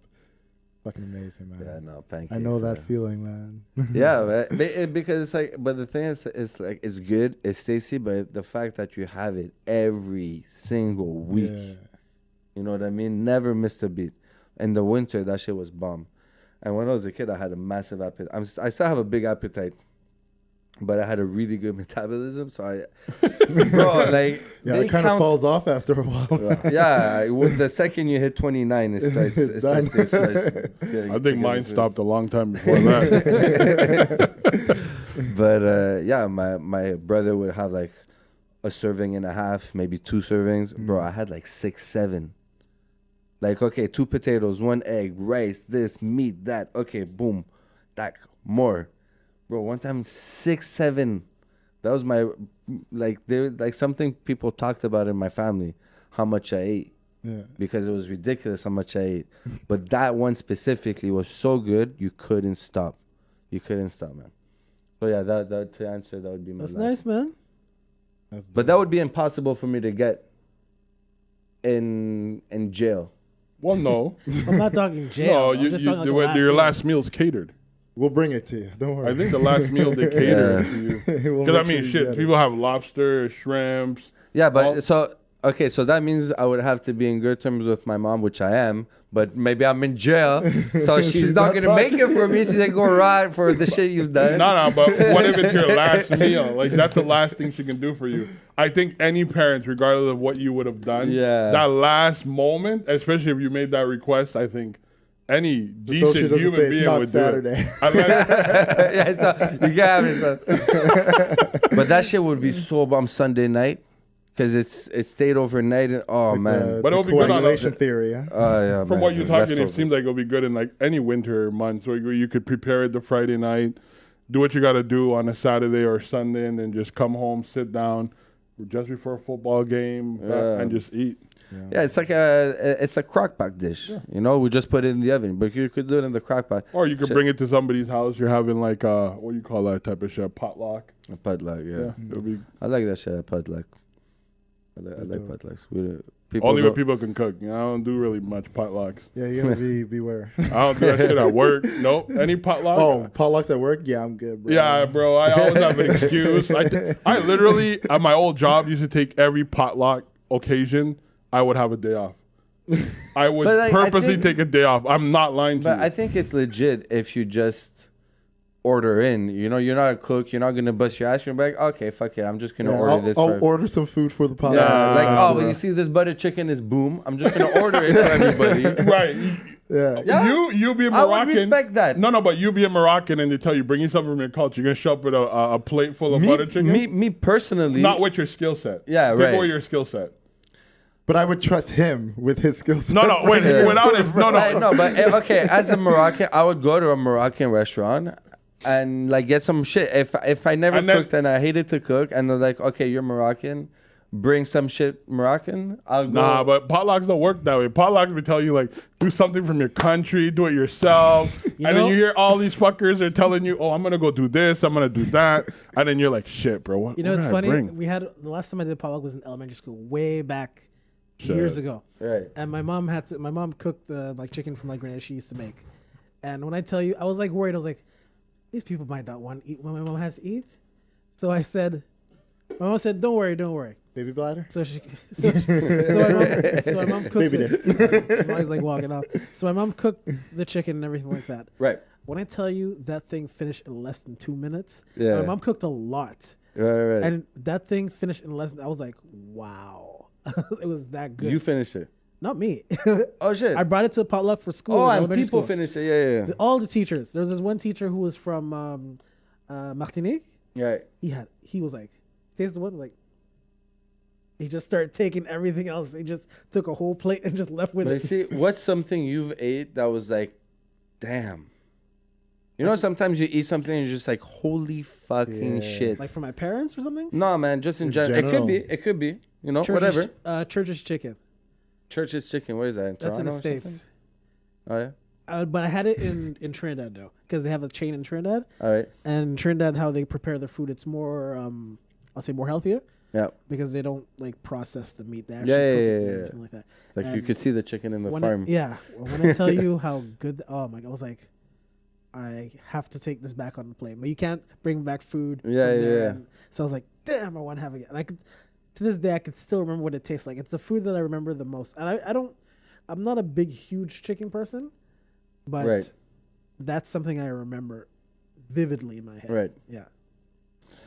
Yeah. That's how about you, bro? I eat so much.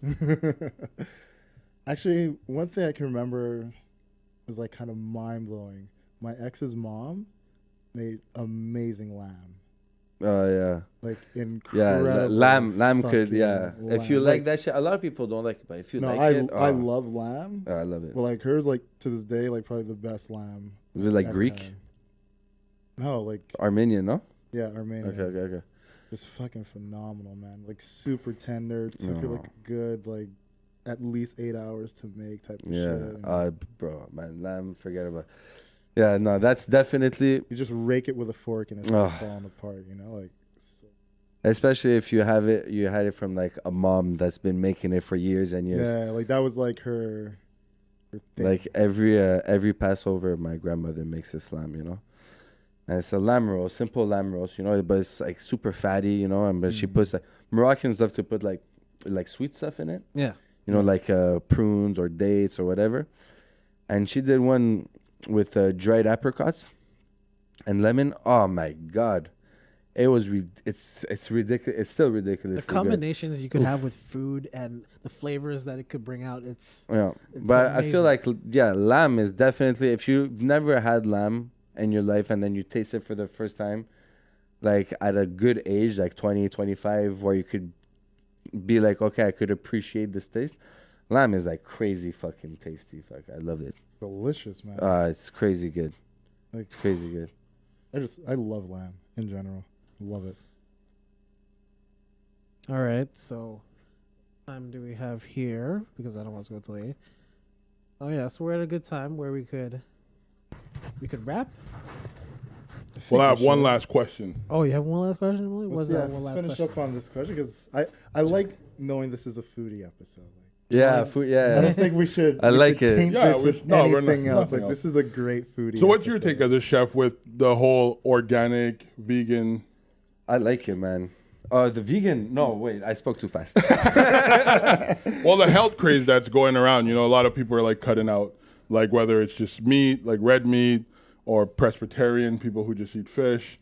Like, man, I like, you know what? Whatever works for you, man. You just try different diets, whatever works for you. But like, what I like is when people go to restaurants, that should be the exception.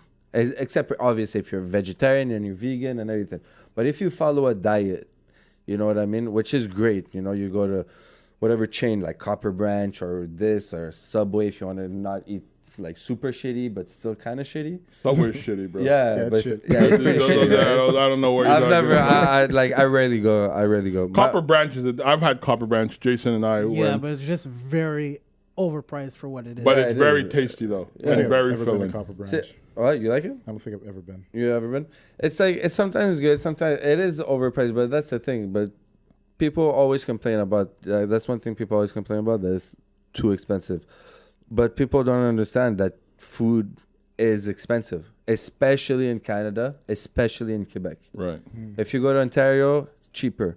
If you go to New York, way cheaper. But then the quality of food you get it in Quebec. Not necessarily. You don't think Quebec has better quality? Huh? You don't think Quebec has better quality food? No, because you're buying the same products.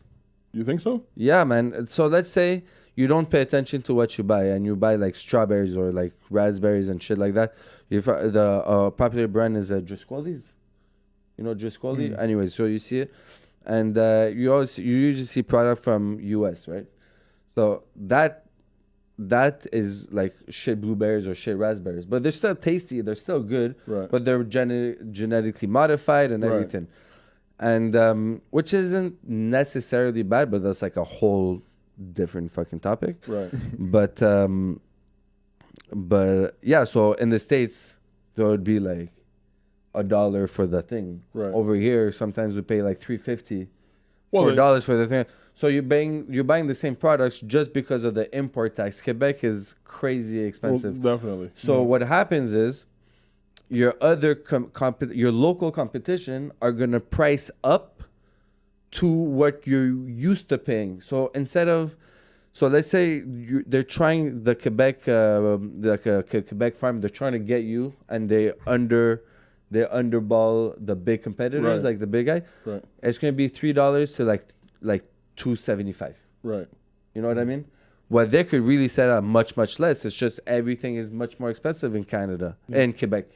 Right. So, but Copper Branch, do they use GMO or non-GMO products? Probably, and exactly. So it's even more expensive, right? Because that's already more expensive everywhere because you have more like procedures to follow. So obviously it's more expensive. But yeah, I honestly like it. I just like more regulation on massive food production. I'm not against big food production. Obviously, like I watch a lot of it. We try not to order from big productions but over here in winter you don't have a choice. Well, you can't go seasonal in winter and then serve whatever. So we got to buy a lot of greenhouse, a lot of this. But the second we hit summer, we go straight to local farms, and we deal with local farms all the time as much as we can. So we try to get business away from the big production companies, but honestly it's unavoidable. So as long as you stay healthy, man, that's the main key. So there'll be no barbecue tofus? No barbecue tofu, man. I'm drawing the line at tofu. But I think smoked tofu would do good, man. You ever had smoked tofu? Yeah, I did a dish. I used to work at this Japanese restaurant, and I did a dish with smoked tofu and mushrooms, and like I had a bonito shavings on top of it and everything. It was good. Smoked tofu is fucking delicious. But it's not something I would... Huh? No, go ahead. I have a question to ask you after. Yeah, no, it's not something I would really like. And plus barbecue, I want to be associated with meat and protein. Tofu is protein. Yeah, but meat. Well, okay, so scratch that protein. It's just plant-based meat.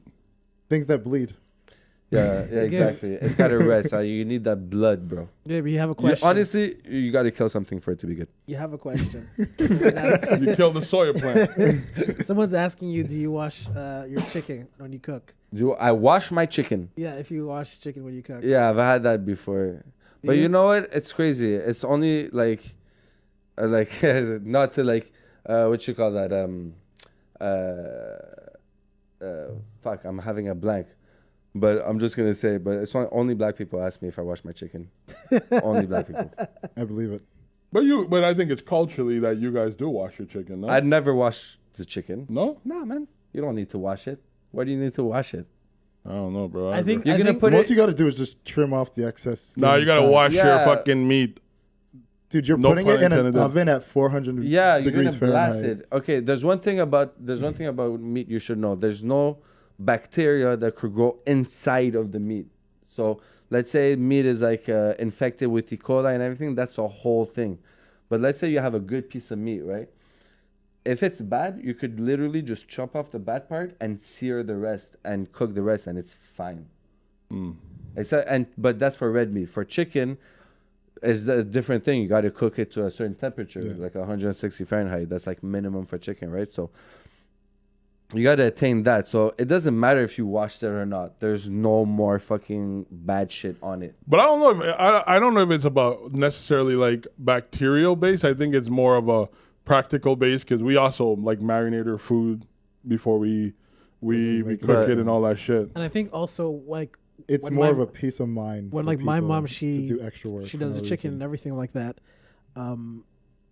It's to also like remove bone fragments, to remove, because I've extra seen skin and fat.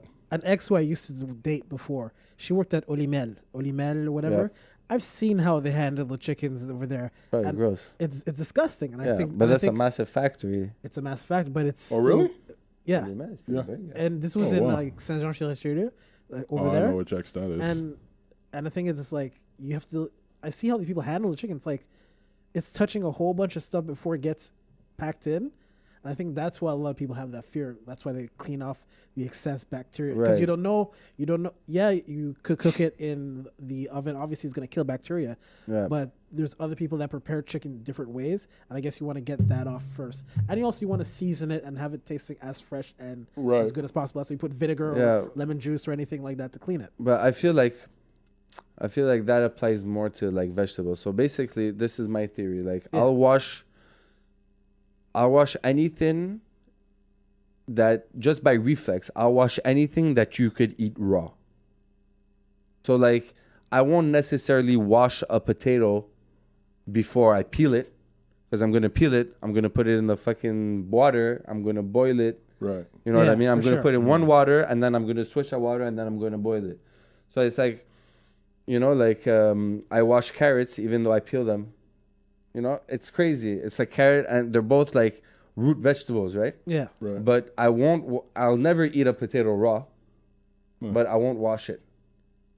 But the carrot, I'll peel it, I'll scrape the sides of the tip and everything, and then sometimes maybe I'll wash it to get it more crisp, but a lot of times I'll just throw it in the pan or whatever. Yeah. You know what I mean? Oh no, sorry, the opposite. I got confused there. I confused myself. Sorry. So basically, if you can eat it raw, you wash it first. Okay. I don't know if it's a rule of thumb for me or whatever, but it's just a reflex. So yeah. Makes sense.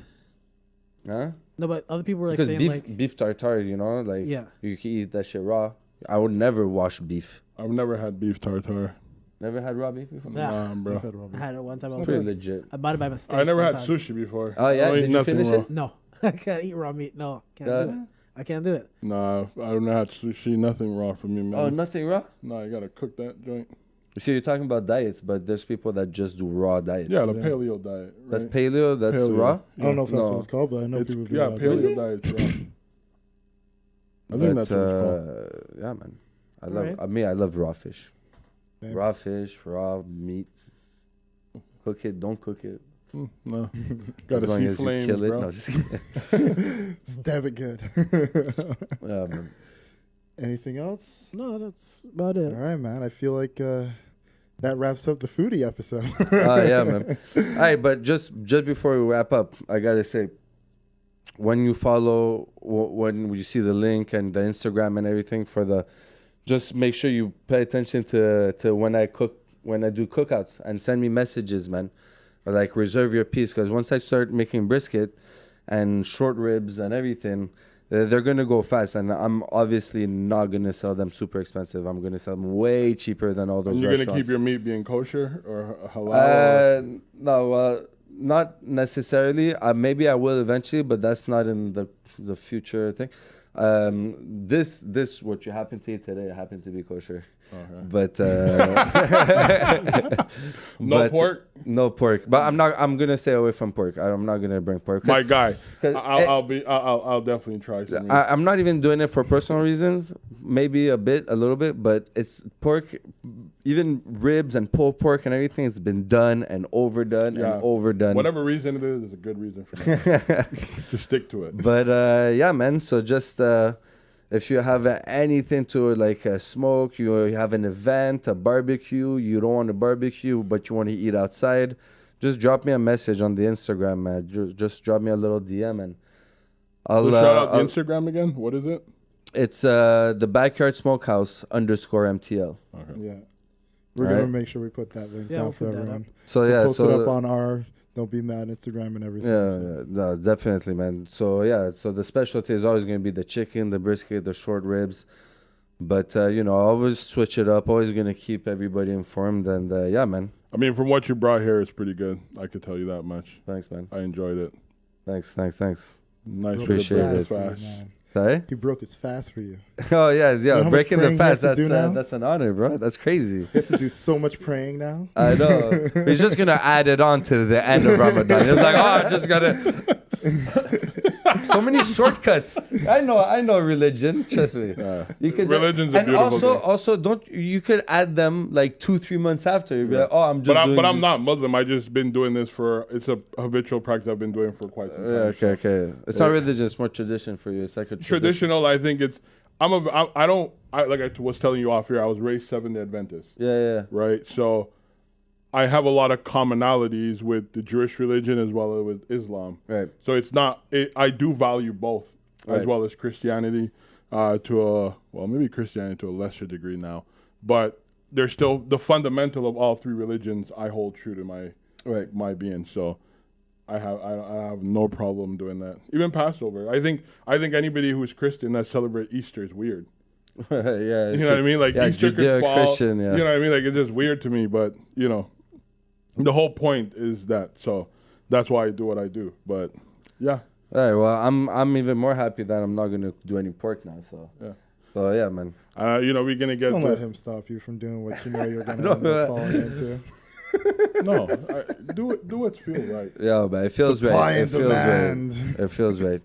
But yeah, man. Instead of doing like a whole roasted pork, man, my next step is gonna do a whole lamb. But I like that lamb concept. Yeah, lamb. I'm gonna do. Because I think it's a meat that most people don't really use very often. Oh yeah, man. People don't use it very often. No, they don't. And I think it's one of the best lamb and goat for me is like up there. But I'm gonna do my first cookout to it. Like I'm gonna invite everybody and everything. I'll post it on Instagram and all that shit. But especially you guys, man, you come through. But it's gonna be a big cookout. So I'm gonna do like a lot of shit. You come in. There's obviously gonna be a flat fee before coming in.